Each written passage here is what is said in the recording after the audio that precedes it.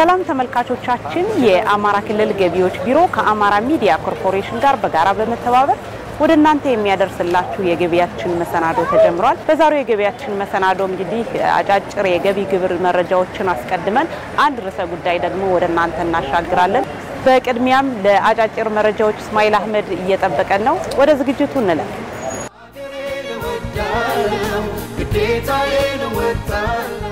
ጤና ይስጥልን ተመልካቾቻችን፣ ሳምንታዊ የገቢያችን መሰናዶ አጫጭር የገቢ ግብርን የተመለከቱ መረጃዎችን ወደ እናንተ የምናደርስበት ሰዓት ላይ እንገኛለን።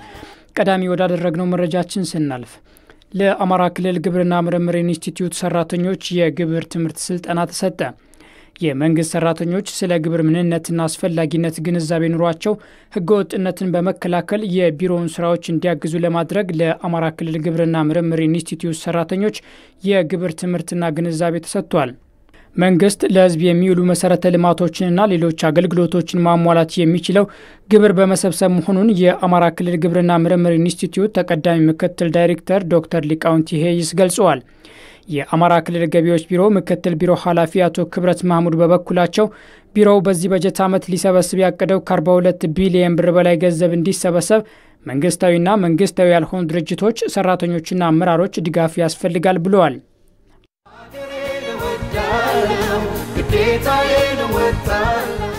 ለክልሉ ሰላም ልማትና ሁለንተናዊ እድገት የሚያስፈልገው የወጪ ፍላጎት ከዓመት ወደ ዓመት እየጨመረ በመምጣቱ በዚያው ልክ የገቢ አሰባሰቡ ማደግ ይኖርበታል።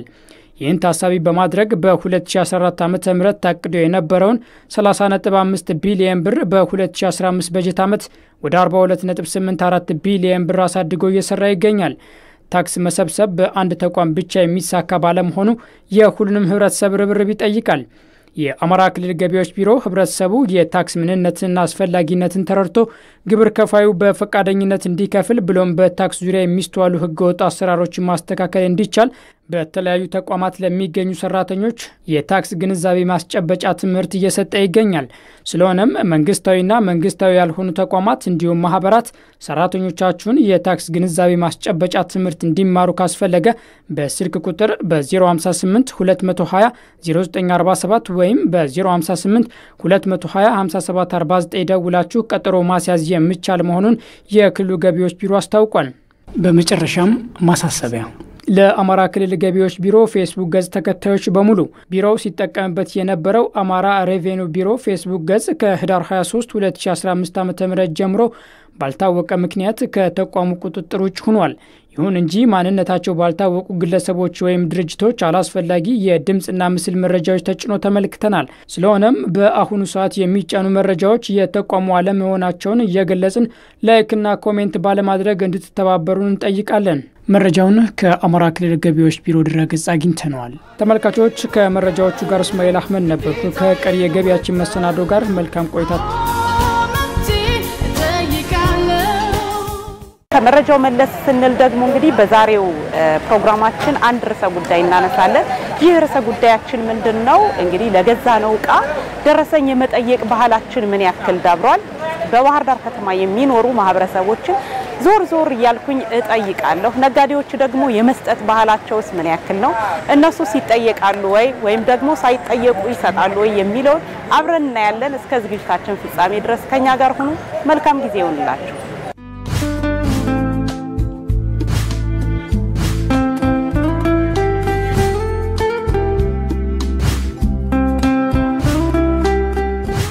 ሻጭና ሸማች በሚያደርጉት ግብይት ለመንግስት ገቢ የሚሆን ሀብት አለ። ይህ ሀብት ደግሞ መልሶ ለሻጭና ለሸማች እንዲሁም ለሌላው ማህበረሰብም አገልግሎት የሚሰጡ መሰረተ ልማቶች ይሰሩበታል። ለዚህ የግብር መሰብሰቢያ መንገድ ደግሞ ደረሰኝ አንዱ ነው። ከደረጃ ሀሌታ ውሃና ከደረጃ ለግብር ከፋዮች ለደንበኞች በሚሰጥ አገልግሎት ወደ መንግስት ገቢ የሚሆን ሀብት መሆኑን በፌደራል የታክስ አስተዳደር አዋጅ ቁጥር 983/2008 አንቀጽ 19/3 ላይ እንደተመለከተው ማንኛውም የሂሳብ መዝገብ የመያዝ ግዴታ ያለበት ታክስ ከፋይ ለሚያከናውነው ግብይት ደረሰኝ የመስጠት ግዴታ አለበት በሚል ይደነግጋል። እንግዲህ ያው ገበያ ላይ ስንወጣ የምንፈልገውን ዕቃ ለመግዛት ነው የምንወጣውና ስንወጣ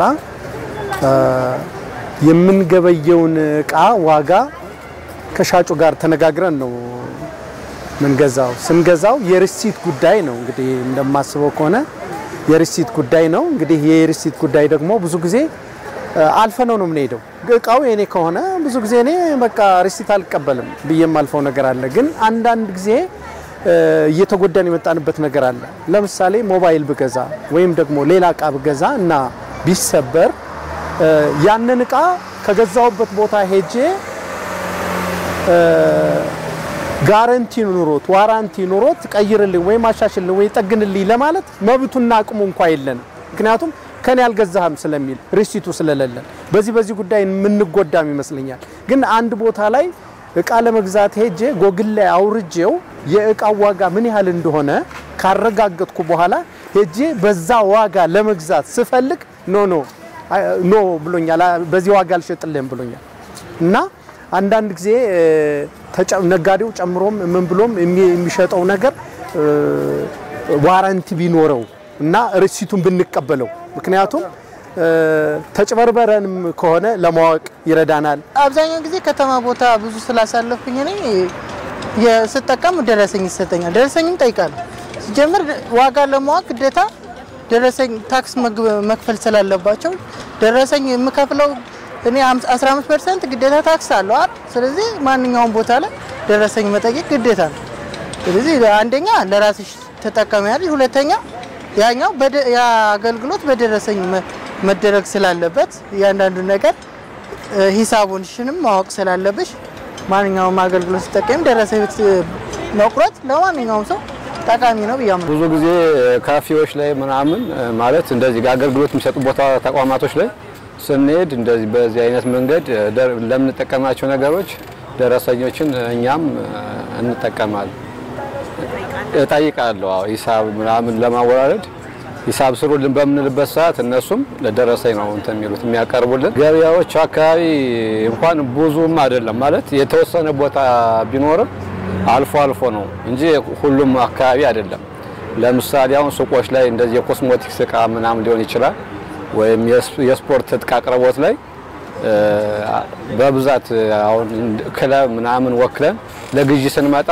የማያቀርቡበት ኮንዲሽን አለ ግን በብዛት እንደዚህ ትሬንድ የተለመደው ካፌዎች ላይ ሬስቶራንቶች ላይ ምናምን አለ ግብይቴን ማካሄድ ያው የምጠቀመውን ነገር ተጠቀማለሁ ከዛ በኋላ ደረሰኝ ጠይቃለሁ ማለት ነው ደረሰኝ ጠይቃለሁ ደረሰኝ ይሰጡኛል ማሰጡኝ ከሆነ ግብይት አልተጠቀም ማለት ነው ማንኛውም ከስተመር እዚህ ጋር ቃይዞ ደረሰኝ አስቆርጦ ነው የሚወጣው ያለ ደረሰኝ አይከፍልም ኢቭን ሲከፍሉ ራሱ ደረሰኝ ተቆርጦ ሲሰጣቸው ነው የሚከፍሉ እሱ ጥሩ ነው ተለምዷል ለሀገርም በጣም ጠቃሚ ነው ከዚህ ጋር ተሰብስቦ ነው ብዙ መሰረተ ልማቶች የሚሰሩት ስለዚህ እሱ በጣም ወሳኝ ነገር ነው እንደ ባህር ዳር ከተማ አስተዳደር ደረሰኝ የሚቆርጡ ወይም አጠቃላይ የደረጃ ሀ ግብር ከፋዮቻችን 2804 ወይም 2804 ግብር ከፋዮች አሉን ቲኦቲ ወይም ደግሞ ደረጃ ለሚባሉት 1424 ግብር ከፋዮች አሉን ከነዚህ ውስጥ ደረሰኝ የሚቆርጡና ልዩ ትኩረት ምናደርግባቸው በአዋጅ ቫትና ቲኦቲ እንዲቆርጡ የሚፈልጉ ወይም ደግሞ አዋጅ የፈቀደላቸው ግብር ከፋዮች ደረሰኝ የያዙ አጠቃላይ ቫትና ቲኦቲ ልዩ ትኩረት ምናደርግባቸው 1225 ግብር ከፋዮች አሉን ሁሉንም እንከታተላቸዋለን በአዋጅና በመመሪያ የተፈቀደላቸው በስድስቱም ክፍለ ከተማ ምንከታተላቸው 24 ብሎኮች አሉ 24ቱም ብሎኮች ላይ ያሉ ደረጃ አለ ደረጃ መሮ አለ ህገወጥ ነጋዴም አለ እነዚህን ግብር ከፋዮች 46 የክትትል ባለሙያዎች ይከታተሏቸዋል የመንግስትን አደራ ይዘው የሚቆርጡት ላይ ልዩ ትኩረት ይደረጋል እነዚህ ልዩ ትኩረት የሚደረግባቸው ግብር ከፋዮች ላይ ቫት በትክክል መቁረጣቸውን አንዳንድ ግብር ከፋዮች ያው አዩኛ ላዩኛ አይነት አለ አንዳንድ ግብር ከፋዮች ደግሞ አንደር የሚቆርጡ አሉ ከሸጡት ዋጋ በታች ደረሰኝ የሚቆርጡ ስላሉ በዚህ መንገድ ነው ምንከታተላቸው ደረሰኝ ሻጭ እቃውን ለመሸጡ ገዢው ደግሞ እቃውን ለመግዛቱ የሚሰጥ ማረጋገጫ ነው። አሁን ደረሰኝ የመጠየቅ ባህል እያደገና እየተለመደ ቢሆንም አሁንም የመጠየቅና የመስጠት ችግሮች አሉ። ብዙ ጊዜ አልጠይቅም እንዳልኩሽ ያው አልጠይቅም ግን መጠየቁ በጣም አስፈላጊ እንደሆነ አምናለሁ። ምክንያቱም ኪሳራው የኛ ነው፣ ጉዳቱ የኛ ነው። ሁለተኛ ግብርም ስላለ ታክስም ስላለ የመጠየቁ ጉዳይ መንግስትንም ሊጠቅመው ስለሚችል በዚህ ጉዳይ ላይ የሚወራረድም ነገር ስላለ አስፈላጊ ነው ብዬ አምናለሁ። በርግጥ ከእንግዲህ በኋላ በቀረኝ ጊዜ ያንን ነገር ማሻሻል እንዳለብኝ አምንበታለሁ። ረቱ እኔ ተቀብዬ ከመውጣት ውጪ ሌላ ማደርገው ነገር የለም። ላይክ ሲሰጡኝን እቀበላቸዋለሁ። ከዛ ያው እሄዳለሁ። ሙሉ ሆኜ ባልናገርም በደንብ አላውቀውም ግን እንደሚመስለኝ አሁን እኔ ጓደኞቼ ምናምን ከሆነ ያናክል እንደዛም ተይለንም ይሄ ደረሰኝ መጠየቅ እንጃ ፋሚሊዎቻችን ያውቃሉ ሞር ለዛ ነገር። ፐርሰናሊ ግን አሁን እኔ እና እኔ መሰሎች ብዙ ጊዜ እንደዛ ነገር ላይ አንጠይቅም። ተጠቀም እኔ አልጠይቅም። ነገር ግን ያው ተጠቃሚ ስንገባ የግድ ድልጥሎች ካሉ የግድ ደረሰኝ ቆርጥልሻል ማለት ነው። እኛ ባንጠይቅም እሱ ያው ቢዝነስ በተከፈለ ቁጥር ደረሰኝ የመስጠት ባህሉ ትንሽ ያው ያን ፐርፌክት የሚባል አይደል። አንድ ሰው የሚጠይቅሽ አለ። ያው የተወሰነ ደግሞ ዝም ብሎ ሰው ዋጋ ጠይቆ ነው እቃ የሚገዛ። ደረሰኝ የመጠየቅ ባህሉም ገና ነው። ሰው ያን ያህል የሚባል አይደል ገና። ሙሉ በሙሉ እንደዛ ነው ብዬ ለመናገር ይከብደኛል። ግን እዚህ ከተማ አካባቢ ያሉ ልጆች ምናምን እንደዚህ አይነት ነገር ይጠቀማሉ። ከሌላ ከክፍለ ሀገር የሚመጡ ልጆች ግን በዛ ልክ ላይ ሆነ ይችላል ግንዛቤያቸው ጥለውት የመድ እንደዚህ የመቅደድ ምናምን ነገር ላይኖር ይችላል። ለማይጠይቁም አንዳንድ ግለሰቦች ይኖራሉ እየተስፋ አደርጋለሁ። አሁን ግን ይሄ ነገር እየተለመደ የመጣ ነገር ነው። አብዛኛው ሰው ደረሰኝ የሚጠይቅ ይመስለኛል። ጀመረም ደረሰኝ መጠየቅ በጣም ተገቢ ነገር ነው። አስፈላጊም ስለሆነ ማህበረሰቡ ይሄን ተረድቶ ደረሰኝ እየጠየቀ ቢጠቀም ጠቃሚ ነው ብዬ አስባለሁ። ደረሰኝ ይጠይቃል አልፎ አለ። በተለይ ወደ መንግስት ሰራተኛው ምናምን ያለ አይነት ህብረተሰብ ጠያቂ ነው፣ ይጠይቃል፣ እኛም እንሰጣለን። እኛ ይሰራም አንደኛ እንደ አክሲዮን ማህበር ግዴታ ነው ደረሰኝ መቆረጥ አለበት። እሱ ነገር መታረም አለበት። ደረሰኝ ያው የቆየ ደረሰኝ አሁን አንዳንድ ከስተመሮች ዝም ብለው እቃቸውን ብቻ አስቆርጠው ገንዘብ ይዘው የሚወጡ አሉ። እሱ መሆን የለበትም። ከሸሮች ግዴታ ቆርጠው ለከስተመሩ መስጠት ባይፈልጉት እንኳን ቆርጠው መቅደድ አለባቸው። እሱ ከኛ ጋር አይሰራም፣ የተለመደ ነው። ከስተመሮችም ከኛ ጋር የሚገዙ ከስተመሮች ደረሰኝ ጠይቀው ነው የሚሄዱ። የገዛው ነገር ደረሰኝ መጠየቅ አለበት፣ ግዴታ ነው። እሱ ግዴታ ነው። ካሁን በፊት የደረሰኝ መቀበልና የመስጠት ባህላችን ትንሽ ችግር ያለበት ነው። በዚህ ልክ ታማኝ የሆኑ ግብር ከፋዮቻችን አሉ። ደረሰኝ ማንኛውንም ግብይት ሲፈጽሙ ደረሰኝ ቆርጠው ሳይጠየቁ የሚሰጡ በጣም ምስጉን የሆኑ ግብር ከፋዮቻችን እኛ ምን ሸልማቸው ምናቃቸው ሀገርን የሚወዱ ባፍ ሳይሆን በትክክለኛ ማንነታቸውን የሚገልጹ ሀገርን የሚጠቅሙ ጥሩ ግብር ከፋዮቻችን አሉ። ከማህበረሰቡ ውስጥ ለሚገዛው ለሚያደርገው ግብይት አስቦ ተቆርቆሮ ሀገርን እንጠቅማለሁ ብሎ ለሚያደርገው ግብይት ሁሉ ደረሰኝ የሚጠይቅ አለ። በዛው ልክ ደግሞ ቅድም እንዳልኩትኝ ደረሰኝ የመጠየቅ የመቀበል የመስጠት የገቢ ተቋሙ ብቻ ነው ብሎ የሚያስብ ማህበረሰብ አለ። ስለዚህ ሁላችንም ደረሰኝ ምንሰጥም ደረሰኝ መስጠት ግዴታ እንደሆነ ለተጠቀምንበት ደረሰኝ መጠየቅም ግዴታችን እንደሆነ አውቀን ሁላችንም ደረሰኝ መጠየቅ አለብን። የሚሰጠውም አካል ደረሰኝ መስጠት መቻል አለበት። በዓላት በመጣ ቁጥር ደግሞ የግብይት ሁኔታው ይጣጣፋል። በዚህ ወቅት ታዲያ በምን አገባይ ሳይሆን ለገዛነው ዕቃ ደረሰኝ በመቀበልና በጥንቃቄ በማስተዋል የገዛነው ዕቃ መሆኑን በማረጋገጥ ደረሰኙን መቀበል ተገቢነት አለው። ባለ አካባቢ በጣም ብዙ ነገሮች ማጭበርበርም ሊኖር ይችላል። ገበያ ላይ ብዙ ነገር ሊያጋጥም ይችላል። ስለዚህ ደረሰኝ አስፈላጊ ነገር ስለሆነ ማንኛውም ሰው ሂሳቡን አውቆ ለማለት ደረሰኝ የጠየቀ አገልግሎቱን ቢወስድ ጥሩ ነው። በዓል ሲመጣ በደረሰኝ ቢሆን በጣም ጥሩ ነው። ምክንያቱም አንዳንዶች የሚጨምሩበትም አለ የሚቀንሱትም ነገር አለ። ያም ሆነ ግን ደረሰኝ መውሰዱ በጣም አስፈላጊ ነው። በደረሰኝ ቢሆን ግብይቱ በጣም ጥሩ ነው ብዬ አስባለሁ። ሲጀመርም ድርጅታችን በደረሰኝ ነው ያለበትን ቦታ በተቻለ አቅም እኛ ለመስጠት አንዳንዴም ሳይጠይቁንም ቀደን የምንጥልበት መንገድ አለ። ያን ያህል እኛ ላይ የሚያስቸግር ነገር የለም። ገበያው ግን እስኪ እንግዲህ ወደፊት ያው የበዓል ገበያ ከሆነ ደግሞ ያው እኛ ተዘጋጅተናል፣ እቃም አለ። ደንበኞቻችንም ያው ኑ ነው እንግዲህ እናጠይቁ ነው። የገና ግብይት እስካሁን ገና ነው እየጠበቅን ነው። እኛም እስካሁን ገበያችን ቀዝቀዝ ያለ ነው። አሁን ገናን እየጠበቅን ነው። ትልቅ በዓል ነው። እዚህ በዓል ላይ ትልልቅ እቃዎችን እንገዛለን። ሬስቶራንቶች ላይም መጠጦች ይኖራሉ። ሰፊ የሆነ ግብይት ይኖራል። ይሄን ግብይት ሲካሄድ መንግስት የሰጠውን አደራ ለመወጣት ግብር ከፋዩ ቫትና ቲዮቲን መቁረጥ መቻል አለበት። ይሄንን አዩኝ አላዩኝም ብሎ ለገቢ ተቋሙ ብቻ ቫት መቁረጥ ወይም ቲዮቲ መቁረጥ ለግብር ከፋዩም ሆነ ተጠቃሚው ማህበረሰብ ለገቢዎች ብቻ አድርጎ መቁጠር የለበትም። ምክንያት ግብር ከፋዩም ከሱ የሚቆረጥ ሳይሆን ከተጠቃሚው ማህበረሰብ ወይም ከሶስተኛ ወገን የሚቆረጥና መንግስት የሰጠውን አደራ መወጣት ስለሆነ ማህበረሰቡም የደረሰኝ መቀበል ባህሉን ማዳበር መቻል አለበት።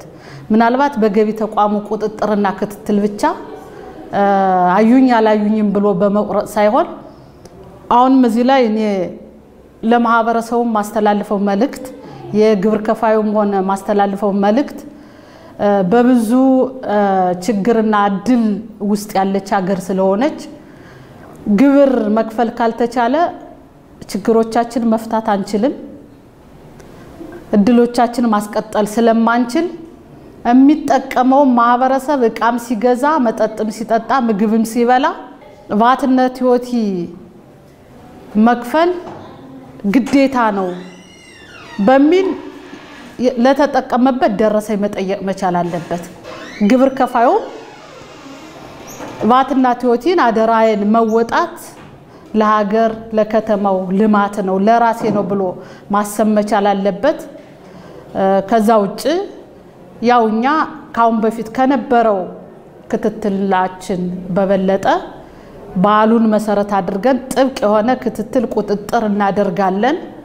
ይሄ መደባባቱ ስለማይጠቅም ግብር ከፋዩና ገቢ ተቋሙ አንድ ሆነን ተማምነን መስራት መቻል አለብን።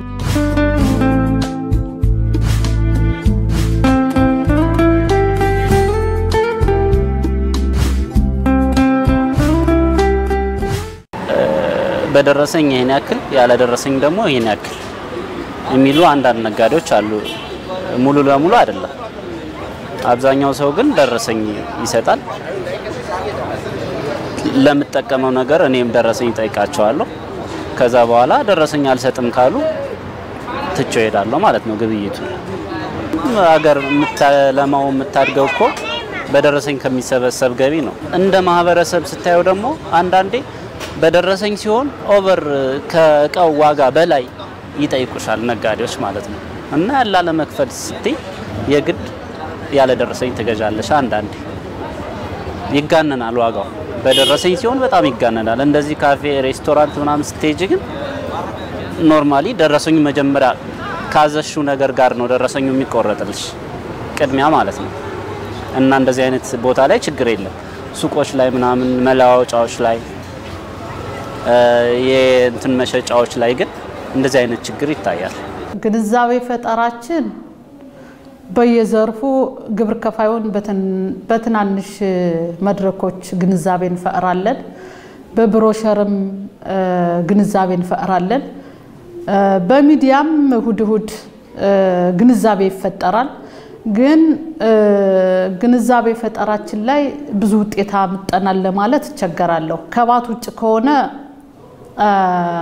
ወይም ደግሞ ደረሰኝ የማይጠይቅ ከሆነ እሸጥልሃለሁ፣ ደረሰኝ ከጠየቀኝ አልሸጥልህም የሚል ሁኔታዎች አሉ። ይሄ ምንድነው? ግብር ከፋዩን ከራሱ የሚቆረጥ አይደለም። ቫት የሚቆርጠው ከተጠቃሚው ነው። ከሚጠቀመው ማህበረሰብ ቫት 15% ቫትና ቲዮቲን መንግስት የሰጠውን አደራ መወጣት ነው። ጥሩ የሆኑ ግብር ከፋዮች አሉ። አንዳንዱ ደግሞ ኃላፊነታቸውን የረሱ አሉ። ይሄ ደግሞ ምናልባት የኛ የግንዛቤ ፈጠራ ስራችን ውጤታማ ነው ለማለት የሚያስቸግር ስለሆነ ቀጣይ ስራ የሚጠይቅ ይሆናል ብዬ አስባለሁ።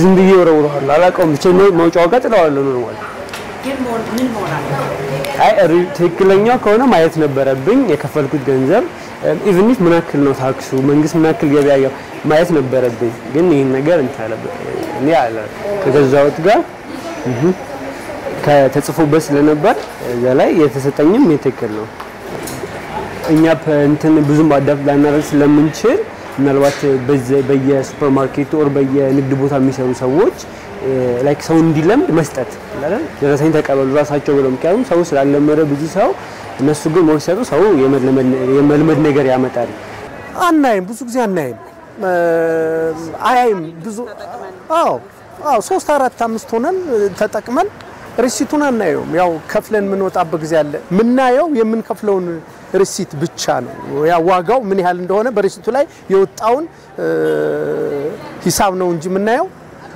ምን ያህል ነው ምናም የሚባል ነገር የለም ብዙ ጊዜ እንደውም አንዳንድ ጊዜ አፍረት ይመስለናል መሰለኝ እንዴት የኔ ያክል ዋጋ ወጣ ወይ ምናም ብሎ መከራከር የለም አንዳንድ ጊዜ ስታስቡ እንደዚህ አይነት ነገር አናደርግም ይሉንታም ይዘናል እንደውም እኮ ካወጣንበትና ሪሲት ከተቀበልንበት ገንዘብ በላይ ለቲፕ የምንሰጠው ነገር አንዳንድ ጓደኞች አሉኝና በጣም የሚገርም ነው ቀደም የማየው ቶታል እንትን ነው ግን ታክስ አለው ከስተመሩ እንትን አለን ማለት እንትን ያረጉ ማለት ነው እዚህ ጋር ሰዓት አለው መቼ እንደተቆረጠ የተገለገልኩት እንትን አለ ያንዳንዱን እንትን ካልኩ በኋላ የትኛው ሞስት መንግስት ምን ያህል ፐርሰንት ምን እንደሚል አውቀዋለሁ ማለት ነው በዛ ጋር አልባት የሆነ ኮንሲደር አድርጌ የማይበት ቦታ ሊኖር ይችላል የሆነ ነገሮች ደግሞ ኮንፊውዥን ውስጥ ወይም ሌላ ሀሳብ ውስጥ ሆኜ ከሆነ ግን ሂሳብ ብቻ ከፍ የማይልበት ኮንዲሽን ይኖራል በደረሰኙ መሰረት የተጠየቅነውን ሂሳብ ከፍለን ከተጠቀምን በኋላ ደረሰኙን እንተናላለን ሌላ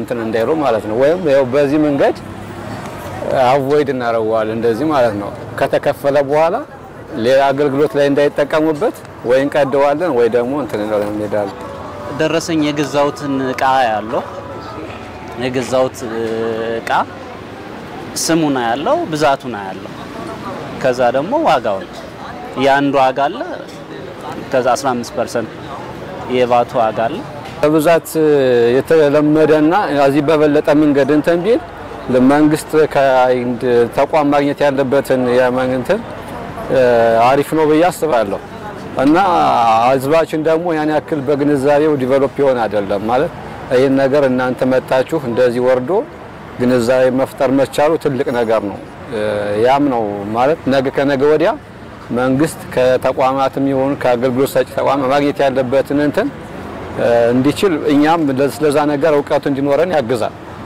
እኔ እንዳልኩሽ አሁን አጓደኞቼ ጋር እየተጠቀምኩ ነው እነሱም በእኔ ልክ ግንዛቤ ኖሯቸው ደረሰኝ እንዲቀርብላቸው ምናምን የሚጠይቁበት ኮንዲሽን ከተፈጠረ መንግስት ከዛ ተቋም ማግኘት ያለበትን እንትን ያገኛል ብዬ ተስፋ አደርጋለሁ ያው አንደኛ ለመንግስት ትክክለኛ ገቢ መሆን ያለበት ነገር ታክስ በተገቢ ሁኔታ ገቢ ይሆናል ይሄ ደግሞ የንግድ ሂደቱንም እንዲስተካከል ያደርገዋል ብዬ አስባለሁ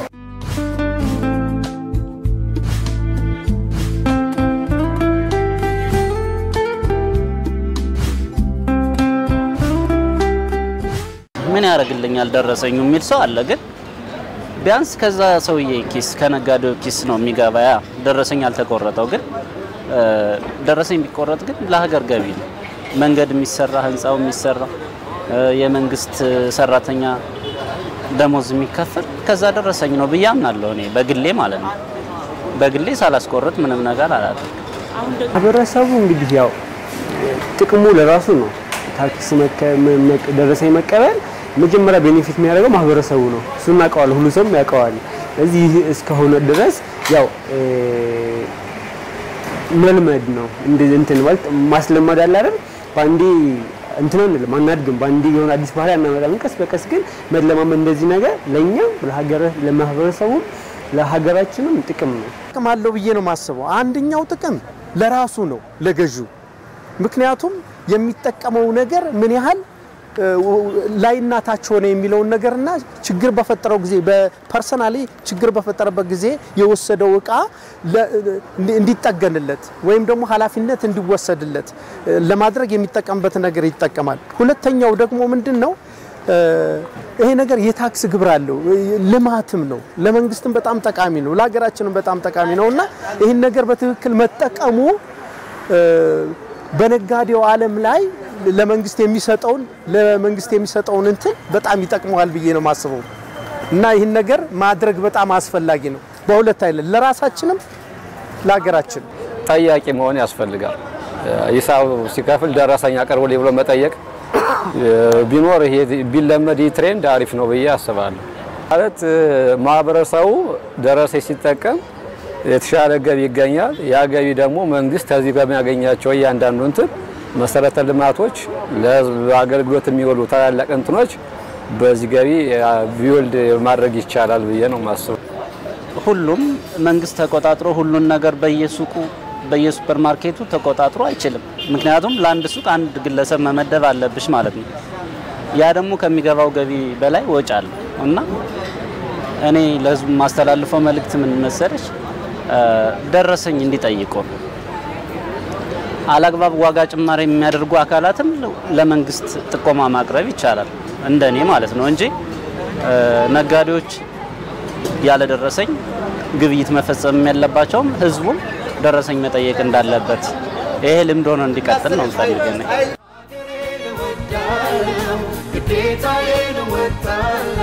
የደረሰ የመስጠትና የመቀበል ባህላችን የአይጥና ድመት የድብብቆሽ ጨዋታ እንዳይሆን ገቢ ተቋሙን በተለይ አጠቃላይ ያለው ማህበረሰብ ማገዝ አለበት የሚል መልእክት አለኝ።